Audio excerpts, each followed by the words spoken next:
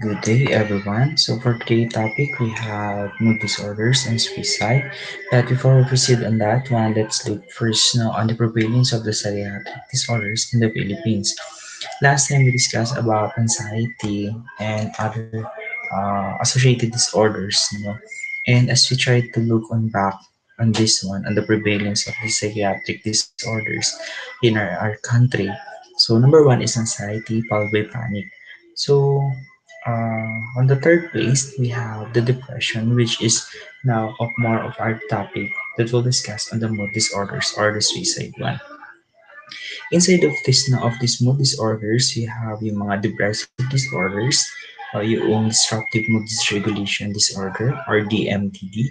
We have MDD, the major depressive disorder. We have persistent depressive disorder, which is lighter, the dysthymia. We have the premenstrual dysphoric disorder, the substance or meditation-induced depressive disorder due to another medical condition that may cause of this one na meron tayo. And we have understand of some of these implication of these depressive disorders to healthcare policies that we have. So there are early diagnosis treatment dapat to us not to better cope up with our problems and to find out solution which give and treat these following problems no and we have to look first also on the overview of the management of the depressive disorders. If you're going to diagnose or if you're going to assess these people, number one to do is to screen for their depressive symptoms. Are they underlying or they are manifesting of this some of the disorders or symptoms, and you have to conduct a differential diagnosis by taking note of considering also the severity or the impairment of this one to the somebody or individual. We have also identified the specific depressive disorder which is manifest to a person, and to provide a psychological or the pharmacological treatment which is appropriate to the person who has a specified type of depressive disorders.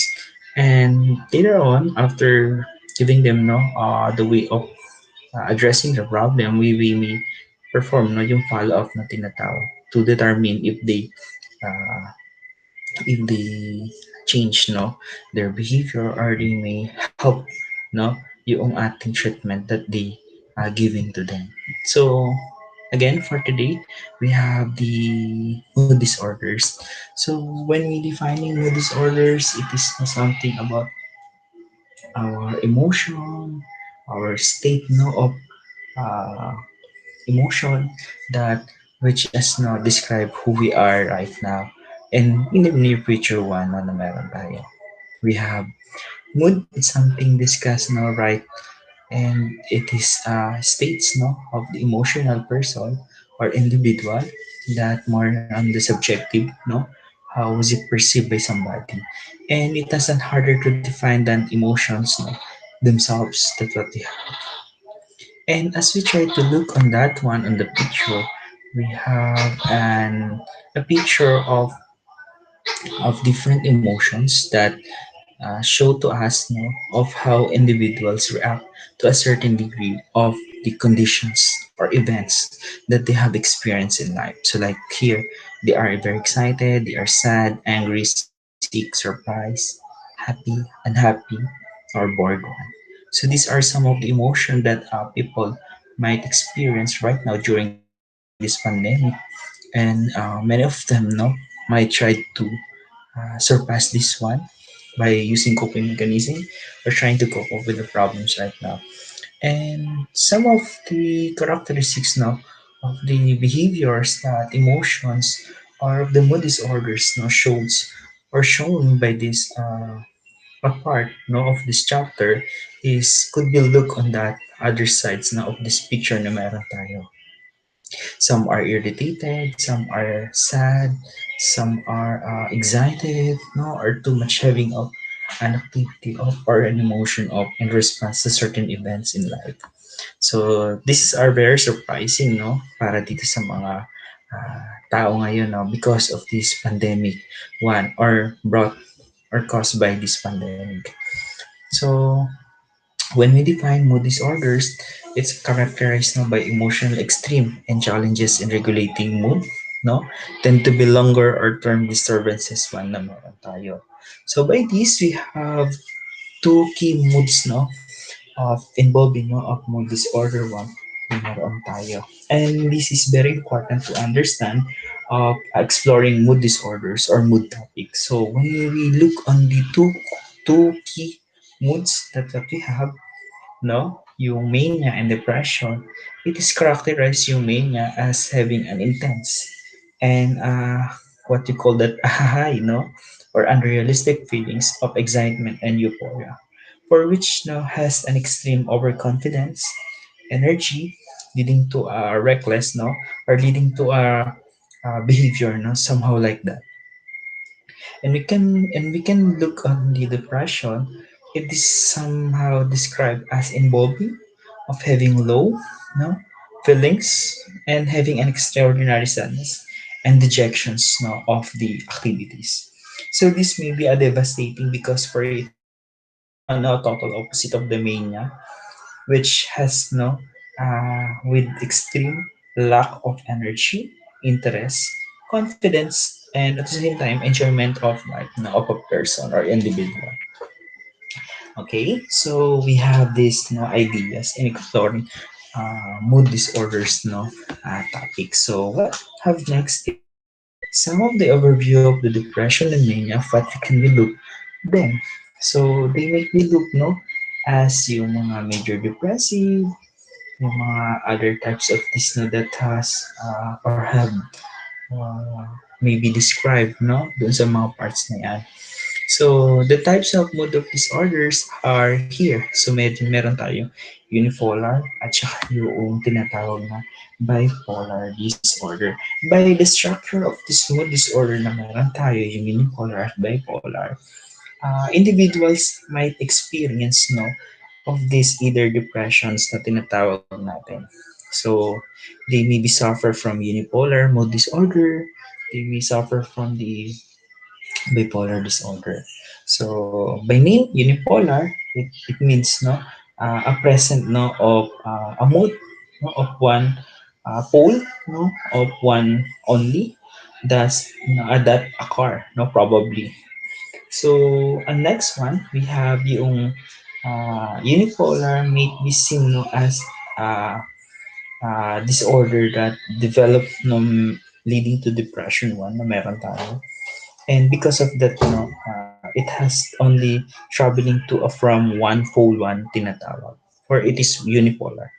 And when we say bipolar, this disorder, no, characterized for a person experience, no, of two of episodes, no, the manic and depressive one. That's what I'm talking to you earlier, no, in the exploring of moods. So these are two are very important for a person who has this one, no, na meron tayo, because we have the bipolar 1, bipolar 2, and the cyclothymia, or the cyclothymia one, this which is the lighter but the chronic lasting effect, no, of this problem of the mood disorders na meron tayo. So, and the kind of the mood, no, of episode, we have the major depressive, the manic episode, and the hypomanic episode. So when we try to look on the major depressive episode, we will see on the criteria of the DSM-5 that it described, no, for having a period of 2 weeks, and of course, or having a longer of that, no, period, which person might subjectively experience, no, this kind of situation or symptoms from a major depression one. So like feeling of sadness, yung hopelessness, yung fatigue, weight gain or weight loss, no, for the different, no, for a person changes in sleeping habits, they may deprive, no, for a little sleep, no, pat or they may disturb the sleep pattern, or they have sleep uh little, no, and they have uh, maybe, no, an activity, no, na meron in the morning.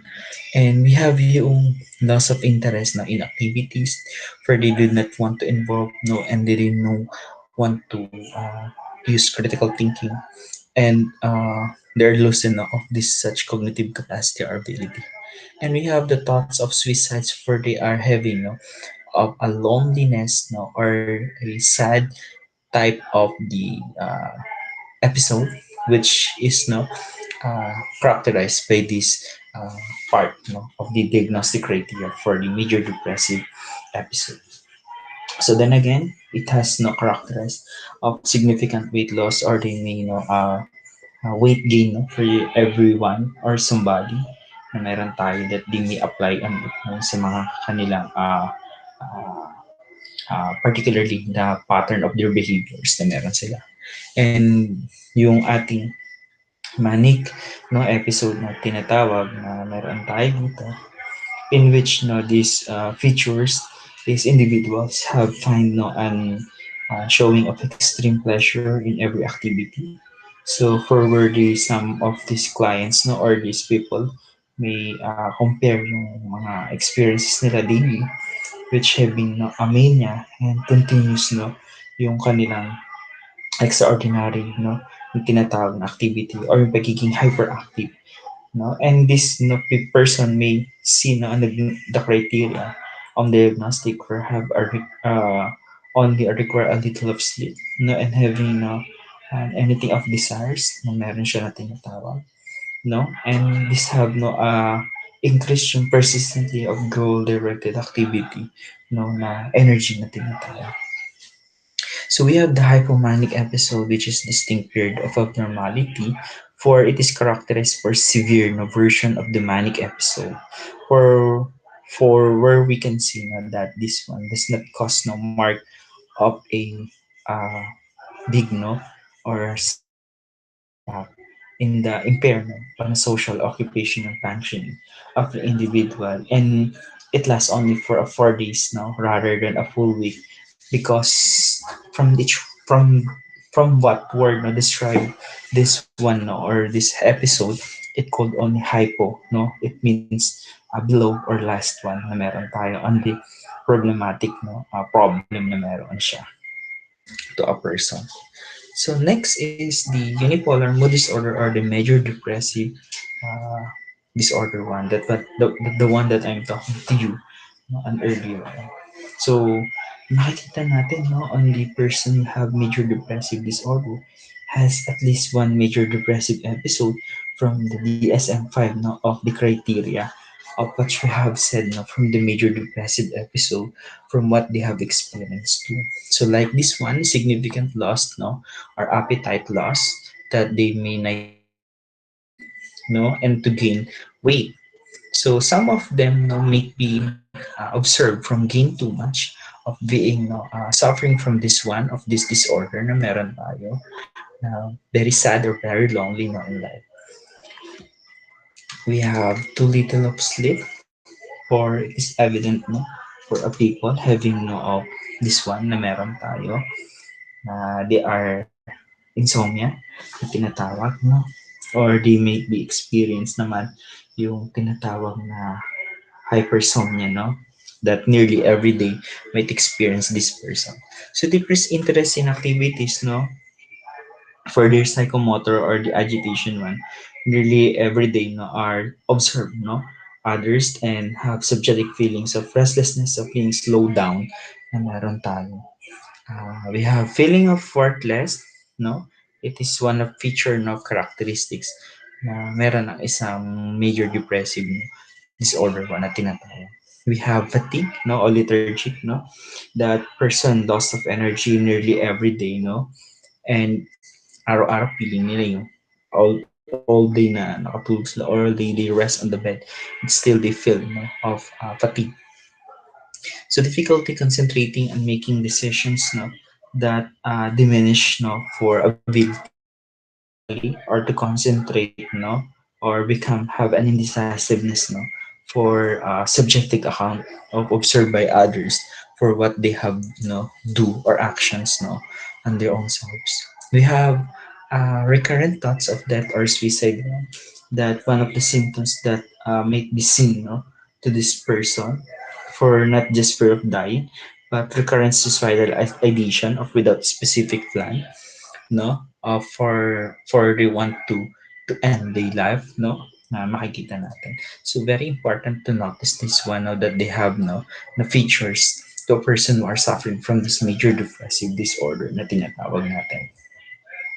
We have the dystemic, no, disorder one that characterized, no, also a mood disorder consisting of the same cognitive and the physical problems as depressions, no, discussed late an earlier one. So this is with less severe but longer lasting symptoms that characterize that also might experience, no, same thing with the mood disorder or the depression one that we have. So it has now a presence of the depressed of the two or more of the following that might be seen. For this person, no, might be for at least 2 years na makita natin sa kanyang persistent. So the depressed mood, no, that cause of this one, no problem, is shown, no, most of the day, like yung poor of appetite or overeating, that may be loss of weight or gain weight, no, to a person.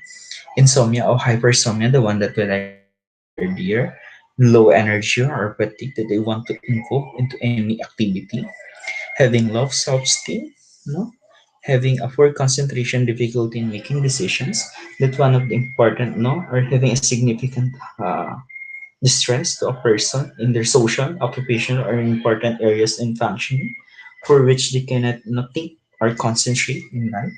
They have the feeling of hopelessness for they being tired in life, like what I said on you, being significantly or markedly looking on the of depressed mood of the day, no, na it appears, no, of this person, no, becoming a tearful one. So on the next slide, trying to look on the following accounts of the illustrating of the moderately severe case of major depressive disorder.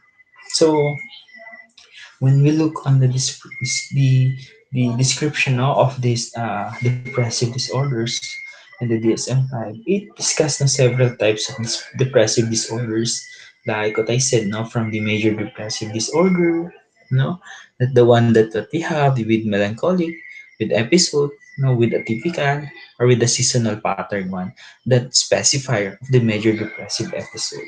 Again, when we look on the major depressive disorder, no, it is defined as the presence of depression and the absence of manic or the hypomanic one, the one that what we have in the earlier part of the discussion. So absence of manic and the hypomanic episodes in which not belong to that part, which is the major depressive disorder with no characterizing of an event like what I said, no, yung part of the loss, no, of all interest in the activities, feeling of worthless, having trouble, no, of concentrating by using your cognitive, no, and evidently, no, lost or can be weight or gain of weight na meron tayo, trouble in sleeping because of experiencing insomnia, where the one that can be observed to this person are feeling tired, fatigue, feeling physical ache, no, that they experience too, that have no medical explanation. Think about that or attempted suicide, no, the one that suicidal addiction one, as one of the criteria, the characteristics one, no, of this uh, clinical, no, description for depressive, no, or the major depressive disorder. So depression as a recurrent disorder that many of the people know or the individual right now has this no or have this no one na meron tayo depression as a recurrent disorder for many. So we have depression throughout the life cycle that we have experienced like yung mga social, no, we have yung mga loss of individuals or loved ones. We have many experiences no, throughout of their years of development that yung mga some of this no, that are sorrowful, no, or may not be sorrowful, but for those no failures in life that we have failed not to fulfill. And we have the specifier for major depressive disorder, no, or the episode one. So we have the letter A, the major depressive episode with melancholic features. So as we try to look on the other features now on the additional defining criteria for depressive disorders, it is important to note that person may have experienced yung mga melancholic features or melancholic ideas, no? For which no these specific no features of a specifier, the specifier applies no if this no uh, fulfill or receive no the full criteria of major depressive episode, the one that they have no na sinabi ko sa inyo kanina, and have no met this all following no symptoms na kailangan natin makita as to give no to the melancholic features no. And we have dapat yung melancholic no na features natin include of the some of more of this no are yung mga somatic physical symptoms such as yung early morning awakeness no, yung weight loss no or loss of libido and the sex drive one because of suffering from this one na meron tayo no, and others na meron tayo in the melancholic. So when we look on the concept of melancholic, it signify no, the severe type of depressive episode. No? This type is different. The point on the continuum of severity remains no, to be seen to an individual. So severe major depressive episode with psychotic features. So when we try to look on the psychotic features and specifiers, more or less, you know, we look on the word of the hallucinations and delusions for where they can see or hear something that strongly held no, any accurate beliefs in their own selves no, and have the auditory hallucinations where they have an hearing no, some of not truth and nobody knows no or have no already experienced this one na meron tayo or they may see no some of the delusions no or grandeur one that they may look at this no problem. So we have yung mga atypical features no na makikita natin which no people may be seen no a depression as sleepless, those no their appetites again, then overeat no during their depressions and therefore gain weight as the one leading no of the criteria that are missing to them that in a context the depressive no disorder one.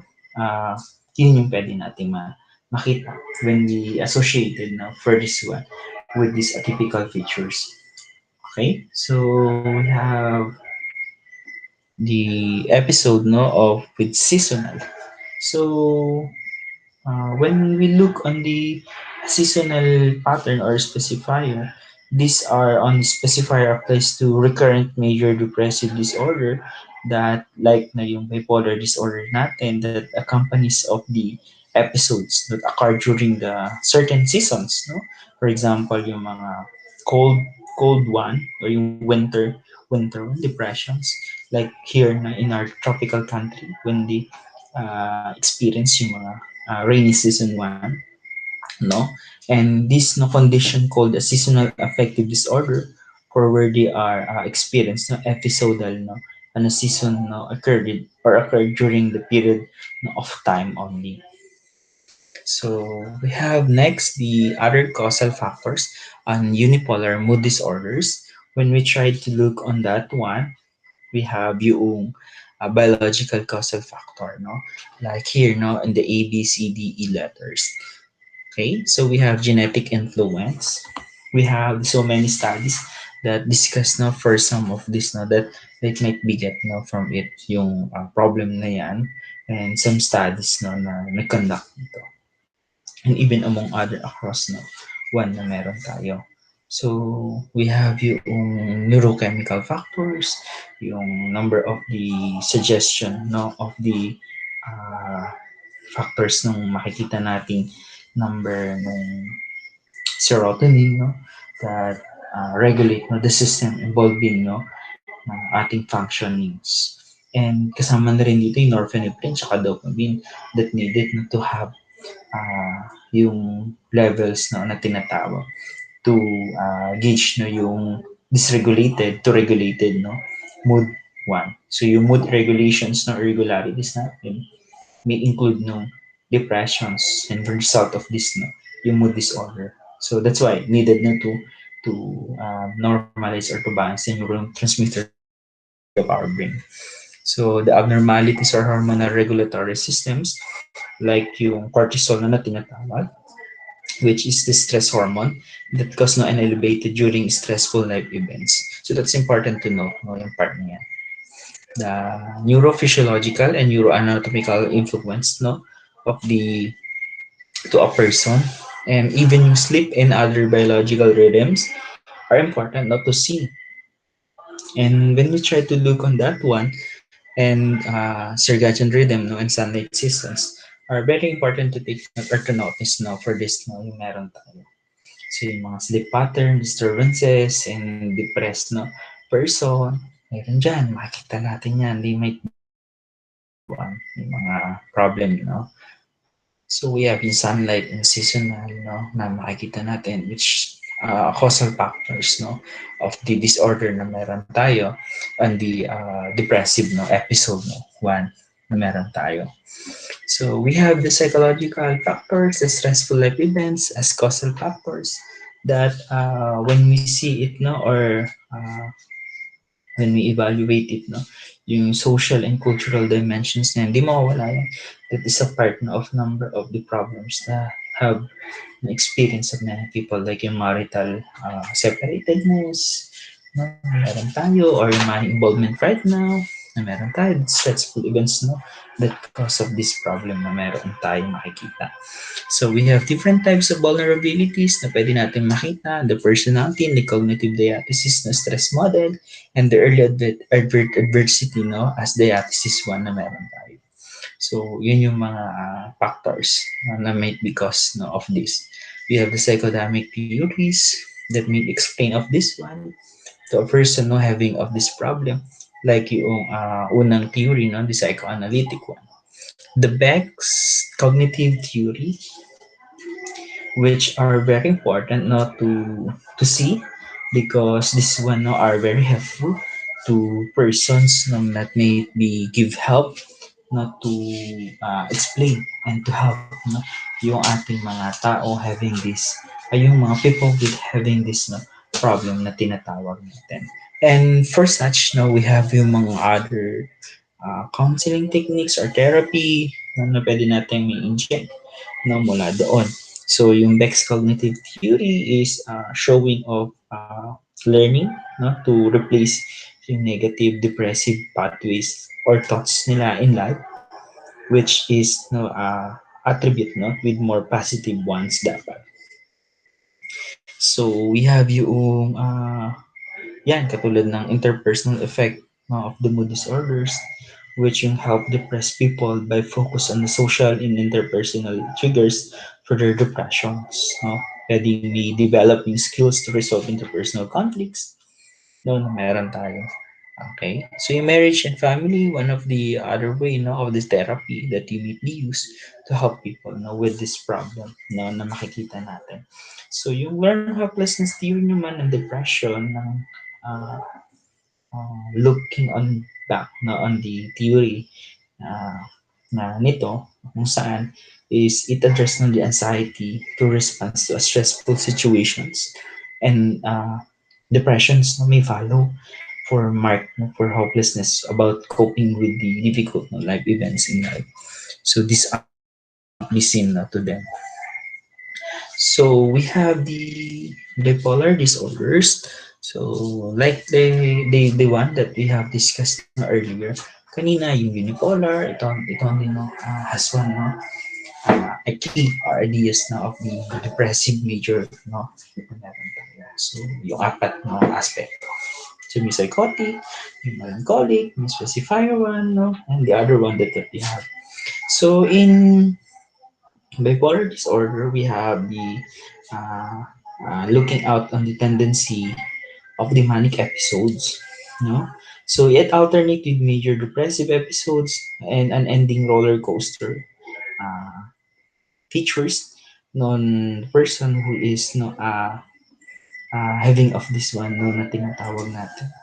So yung bipolar disorder is not simple, no, like what you have think about it, no. And this bipolar disorders na tinatawag natin is known as the manic, no, depression.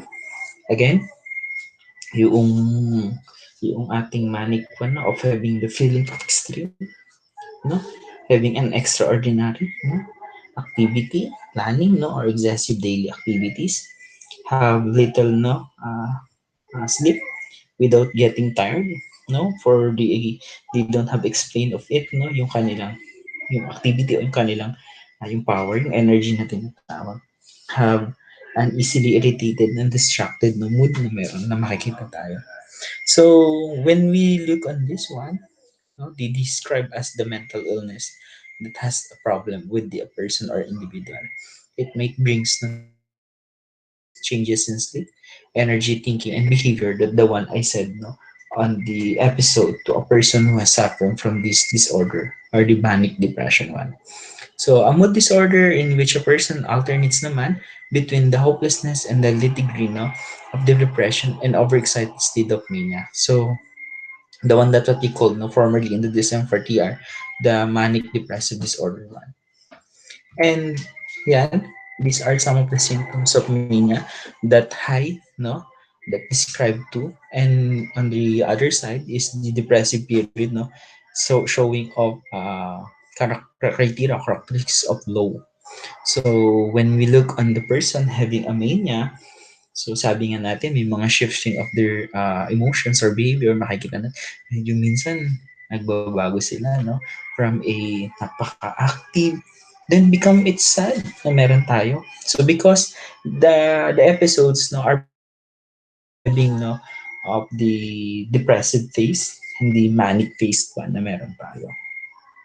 So again, we have yung bipolar 1, which is having a major depressions no and full mania, while the bipolar 2 is present again, the major depressions o yung ating depression phase, no? This depressive phase na meron tayo.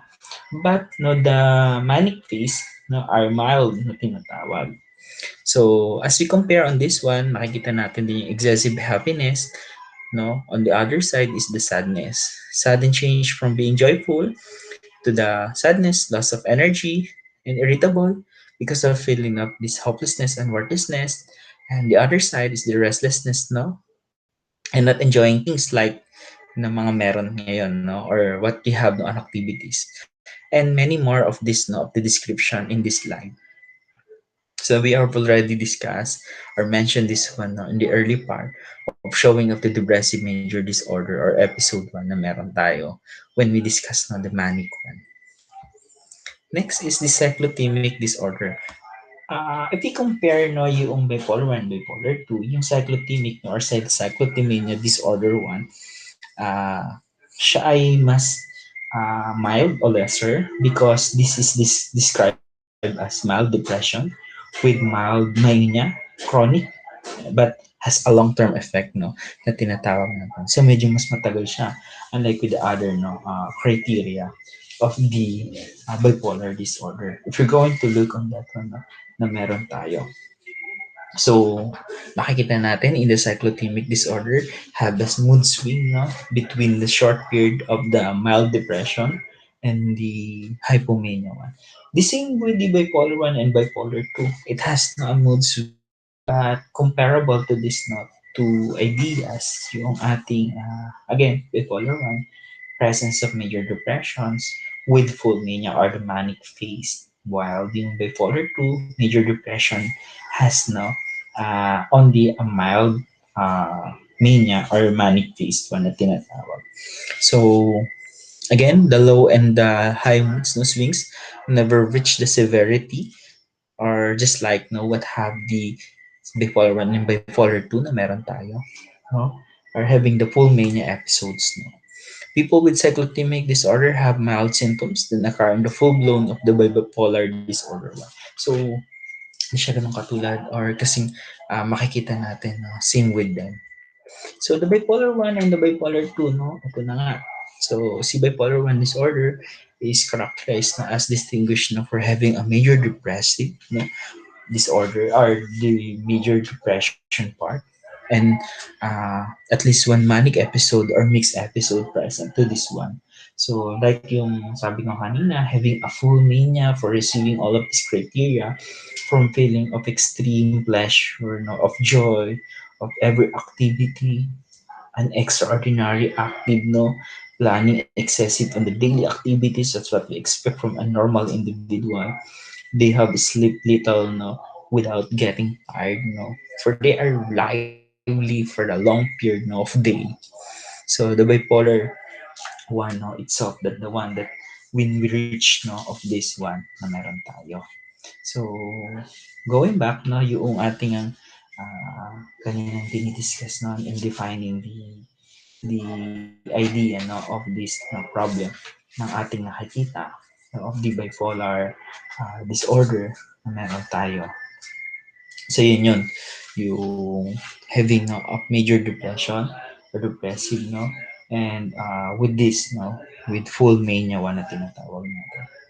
So in the second one, yung bipolar 2 natin is somewhat, no, more common than bipolar 1 disorder, for which is, no, described as major depressions are present but mild yung mania niya compared to the bipolar 1 disorder, no, na meron tayo. Very evident and significant yung part na yan, for which, no, makikita natin yung difference, no, ng dalawa, no, to look on the presence of the idea na meron tayo.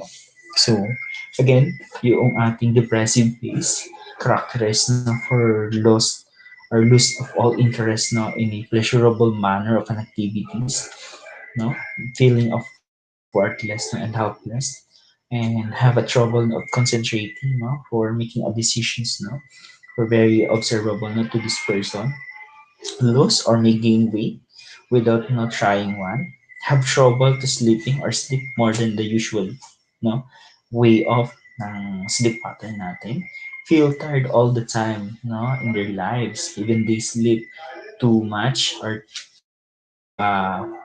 too long all day. So they have physical aches, no, that they have experienced or faced that no cause, no, of medical one na meron tayo, and think about that, no, or attempt suicide, no, for being discussed, no, as a person who has depressive phase or the major depression one, no, na meron tayo. So for next, we have the manic depressive spectrum.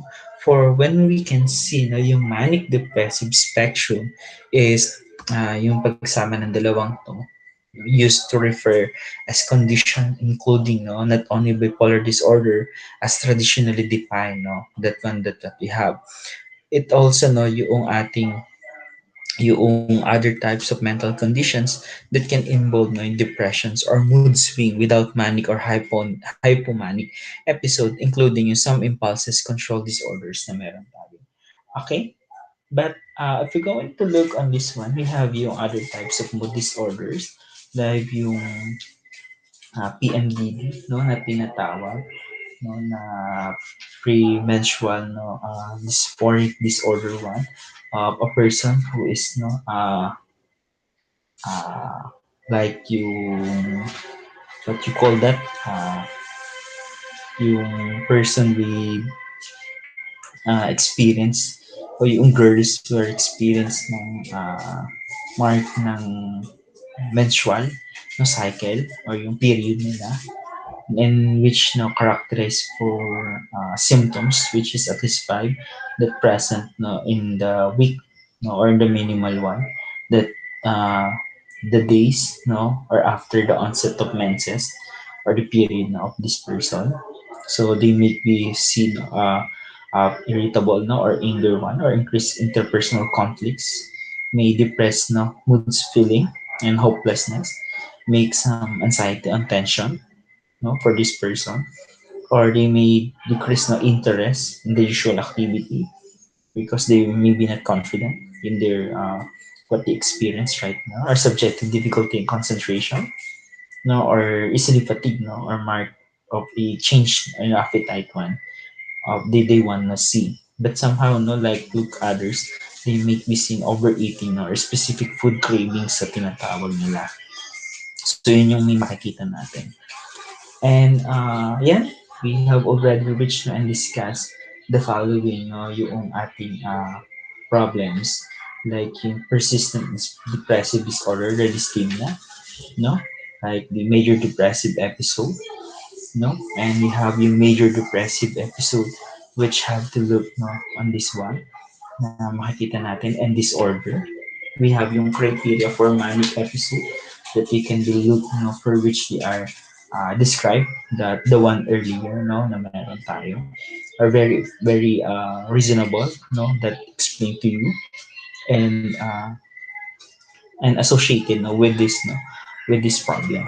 And one of the idea that additional to this, no, this mood disorder is the disruptive mood dysregulation disorder one, that this one, no, are seen as described to suffering, no, a person of the severe recurrent of temper outburst, mababa ang kanilang pasensya, or very short yung kanilang pasensya na tinatawag, no, that they may cause with them, no, to uh, act, no, behaviorally, yung ganyan aggressions na makikita natin. So, yung temper outbursts nila are inconsistent with developmental level way. So, for they are very irritable, no? They may temper outbursts occur in the average, no, or 3 or more times, no, per week. They may experience, no? And the mood between temper outbursts is persistently irritable, and the anger, no, when na meron tayo of most of the day. And we have yung criteria nga na makikita natin by this person, no, na which are given, no, doon sa bagay na yun. And actually, even children have experienced this, no, or yung mga adolescents one na meron tayo. So they are diagnosed with this, no, problem of the disruptive dysregulation disorder. So yung mga clinicians, makikita nila to, no, on the diagnostic criteria to having a correspond, no, manifestation of the child or the adolescent, so cycling with the possible yung manic episode, since they are irritable, no, at sometimes they accompany, no, yung discrete, no, manic episodes na makikita natin. So some of the cases na meron tayo. So like what we have now of the causal factors on the first one, we have also similar with this, no, na tinatawag natin. The genetic, the neurochemicals, abnormalities, the neurophysiological, the sleep, no, biological rhythms, yung psychosocial factors, that stressful life events, even, no, in the normal or the pre-pandemic, or even the this, no, situation. So we have treatment and outcomes now that we may use. These are the pharmacotherapy. They may use, no, way, or the antidepressants. We have alternative biological treatments, the electroconvulsive, no, this therapy, the bright light therapy for lesser, no, for lesser or seasonal affective disorder only. The psychotherapy, the mental disorder which may be addressed by psychological, no, rather than uh, medical na means one na meron tayo using of it. So that's the other way around, no, to help, no, these people who are suffering from mood disorders na meron tayo. By the way, we have the idea, no, of the suicide. So when we look on the suicide, no, words, this is often associated with mood disorders, no, and other comorbid, no, factors that result to this way, yung suicidal. So these mood disorders, no, that associated one on the suicide can be occur, no, in the absence, no, or in the presence of other disorder one na meron tayo. It is the one of the leading, no, no, among all the peoples, no, not only here in the Philippines but also other countries, that among of these victims, no, of the suicidal one is adolescents, no, that cause, no, of death into their life. So in understanding suicidal, no, behavior, this has, no, a three types, no, na makikita natin, that very important to look, no, na makikita. So we have yung suicidal ideation. Are people serious thoughts, no, or ideas about committing suicide in their lives? Suicidal plan, the way they detail, no, method for killing oneself, no, for they want to create on themselves. And then suicidal attempts, they are not successful, no, attempt only, the word from it na meron tayo, no, and the one that's successfully, is suicide, the suicide one or suicidal one. So important to know that learning about the risk factors for suicides in psychological, one of the pattern in the autopsy is psychological autopsy, in which the psychological profile of an individual who has committed a suicide and reconstruct the examine, for clues na meron tayo para makita natin for which they can get this problem or this issue na makikita natin. Again, more of this problem are associated with our negative cognitions to ourselves, to our world, to our futures that may lead to some of this of problem na pwede na mag-result into a negative one.